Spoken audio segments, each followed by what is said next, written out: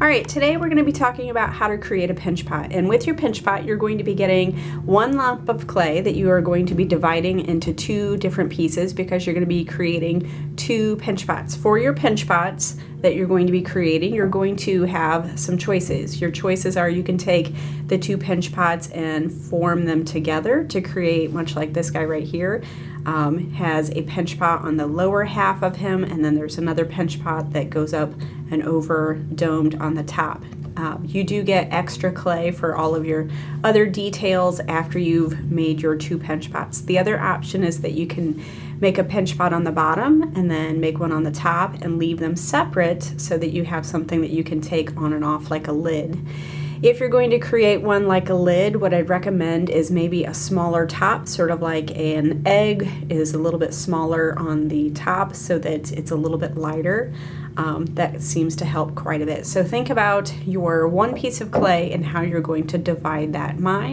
I divided my pieces of clay into 50-50, and I've already started with my creation. The first thing you need to do for your pinch pots is you're going to be putting them into a nice round ball. And for your ball, what you're needing is to make sure that you are pounding it together and making sure that you're not having any of these cracks that are in your project. Those cracks that you have in here are going to create creases and folds in your clay and are going to not allow your clay to form the way that you want it to. It's actually going to kind of come apart and create more problems and deeper cracks whenever you're creating your project. So go ahead and just for probably usually about a minute and a half, this is going to take you to go ahead and you just kind of pat it, turn it, and just keep moving it around, going really quickly. You kind of need to kind of smack it with the palm of your hand to make sure that you're getting the cracks out of there. Now I do want to caution you against working it for too long. If you are working these for too long, then what happens is the outer layer gets really, really dry and hard to work with. So move quickly on this so that you're not going to dry your clay out. You also might be wondering, well, can I just smooth it together? That looks pretty good. You can't just smooth it together because that crack is still underneath there. So that crack is not healed. It's not completely together. It's still in there. So be careful and make sure that you pat it together properly. All right. So for time's sake here, I already have my ball that I've put together. Notice it's looking pretty much like a ball. There's not too many odd corners or anything to it. Also, there's not very many cracks. There's not cracks that you see. The next thing that we're going to do is you're going to take your thumb and you're going to be drilling it into the center of the clay. When you are drilling it, I want to make sure that you are understanding that you need to drill it and not to shove your thumb in. A lot of us have a thumb that might kind of bend back quite a bit, and you're needing to make sure that you're not taking that curve and making that curve into your clay. So let's go ahead and try to keep your thumb as straight as possible, and you're going to take this and just kind of drill it onto your thumb just a little bit. So this takes just a little bit of time. Remember, don't shove. You don't want it to do that.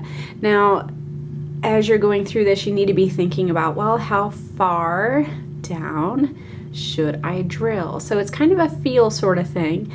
I would recommend that just about like right there when you can kind of tap on it and start to feel it on your finger, or you can also kind of feel that it's about the thickness of my index finger or my pinky, and that's what I recommend that you kind of pinch all of your walls down to be about no thicker than your index finger, but no thinner than your pinky.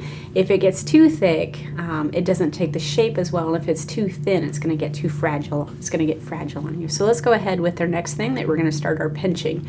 When you're pinching, you want to think about, so I usually kind of just pinch my skin here to show you I'm not hurting this skin. I'm just kind of moving it, and that's what you want to do. You don't want to pinch so hard that you're making dents in your clay, but you really kind of like need to make sure that you're doing something. So let's go ahead. I'm going to take this and I'm just going to pinch, turn, and I'm starting up at the top of the dome first. So whenever I take this, I'm going to pinch, turn. So when you're doing this, you're not wanting to really, really hurt the clay as much as just kind of gently guide it. So what I'm meaning by that is you don't want to pinch so hard that you're making finger dents all over it.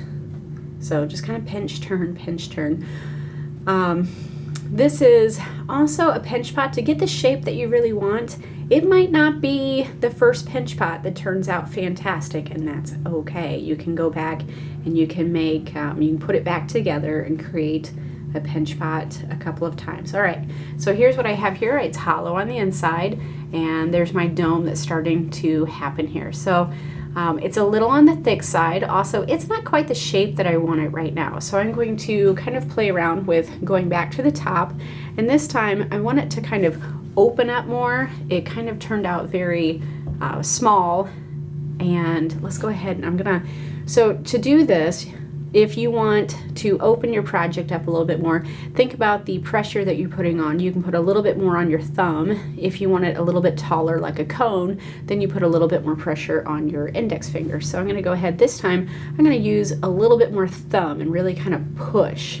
So I'm pushing, pinch, turn, turning this around. There we go. It's starting to come out a little bit. It's starting to crack at the top just a little bit. That's okay. We'll come back and fix that. Don't worry about that too much. When it gets cracks and it's really, really dry looking, then we start to have some other issues, and we'll talk about how to fix those. But for right now, this is a pretty good looking pinch pot. It really kind of opened up that last time. You can tell the inside, turning around, it's nice and even. I do have some finger dents, so you can kind of see my dents as I go around the project. I'm just going to go ahead and kind of lightly go over those. So I'm taking those and going over them. All right, for some of the finger dents, if you really kind of want to smooth it out, you can go ahead and put your hand on the inside to support, and then you can kind of blend just a little bit.